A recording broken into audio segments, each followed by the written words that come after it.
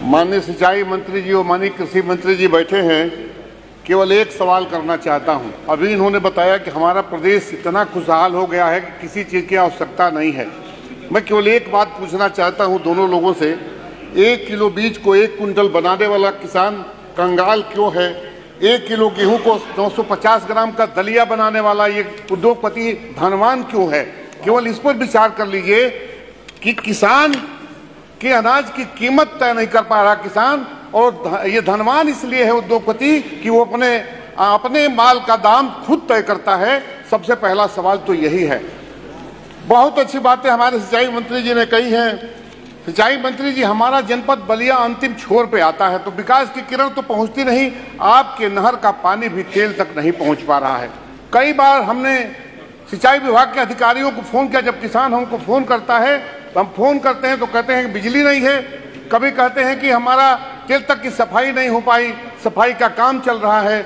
माननीय मंत्री जी, निश्चित रूप से जब बुआई का समय आएगा उस समय सफाई होगी तो पानी नहीं पहुंच पाएगा और तेल तक पानी नहीं पहुंचता है बलिया। आप निश्चित रूप से इसका ख्याल जरूर करिएगा। माननीय मंत्री जी, हमारे विधानसभा क्षेत्र में कोरंटाडीह में एक पंप कैनाल है। जुलाई 2024 से 630 केवीए का ट्रांसफार्मर, दो ट्रांसफार्मर लगने चाहिए थे। जुलाई से ट्रांसफार्मर नहीं लगने के कारण गांव के जो ट्रांसफार्मर होते हैं उसे किसी तरह से एक पंप चला करके वहां सिंचाई का किसानों की व्यवस्था की जा रही है। हमारे यहाँ रामपुर चिट में एक पंप कैनाल है, 20 साल हो गया उसके पंप को लगे हुए। पंप नहीं बदले जाने के कारण सिंचाई की व्यवस्था वहां नहीं हो पा रही है।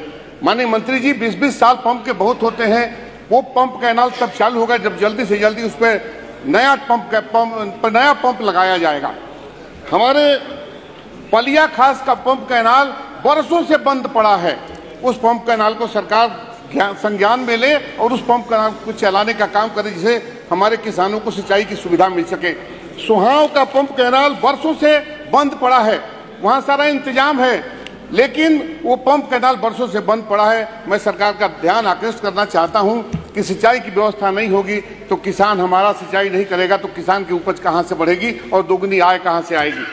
मैं माननीय मंत्री जी से कहना चाहता हूं कि ये कर्मचारी आपने जो रखे हैं वो कर्मचारी वहां केवल डेली बेसिस पर रखे जाते हैं जो अपना काम करते हैं, और किसान जब उससे बात करता है तो कभी कभी उनसे लड़ाई हो जाया करती है।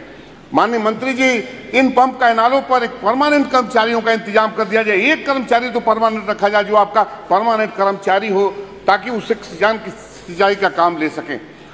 माननीय मंत्री जी, प्राइवेट ट्यूबवेल लगाना चाहता है हमारा किसान, लेकिन प्राइवेट ट्यूबवेलों का एस्टीमेट लाखों में बना दिया जाता है और उसके बाद भी हमारा किसान दौड़ता रहता है महीनों, उसको कनेक्शन नहीं मिल पाता है, जिसके वजह से वो किसान अपना प्राइवेट ट्यूबवेल भी नहीं लगा पा रहा है। आज हमारे सभी इस विधानसभा के सदस्यों के एक ट्यूबवेल मांगा जाता है कि एक ट्यूबवेल दीजिए। हमारे 150-200 गांव हमसे एक ट्यूबवेल चयन करके कैसे दे सकते हैं?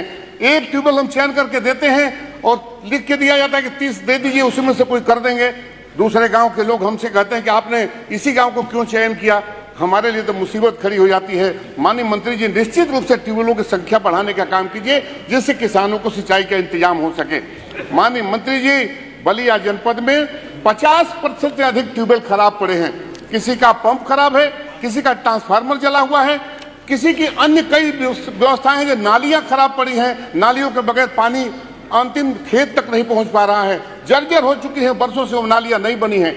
नए जो ट्यूबवेल बन रहे हैं उसमें जो पाइपलाइनें डाली जा रही है कुछ दूर तक डाली जा रही है, उनकी पूरी क्षमता के सिंचाई का इंतजाम नहीं हो पा रहा है।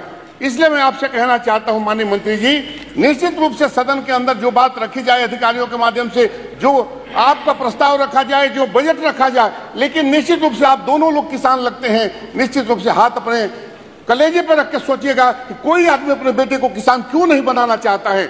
अगर हमारी आमदनी हो जाती उद्योगपतियों की तरह, कोई आदमी शहर की तरह नहीं भागता, क्योंकि देहात से अच्छी न हवा कहीं मिलेगी, न जलवायु कहीं मिलेगी, न पानी कहीं मिलेगा। इसलिए मैं आपसे कहना चाहता हूं कि अगर इंतजाम आप अच्छा कर दें तो गांव का आदमी गांव में रह करके अपने बच्चे को भी किसानी करा करके और निश्चित रूप से उद्योगपतियों की तरह शाम को निकल करके और अब 4-4 पहिया की गाड़ियों में, अच्छी गाड़ियों में चलने का किसान काम करेगा। ये व्यवस्था समाप्त कर लीजिए, हमारा देश खुशहाल होगा। समाप्त कर लीजिए। मैं उस कटौती में बल देते हुए अपनी बात को खत्म करता हूं। धन्यवाद।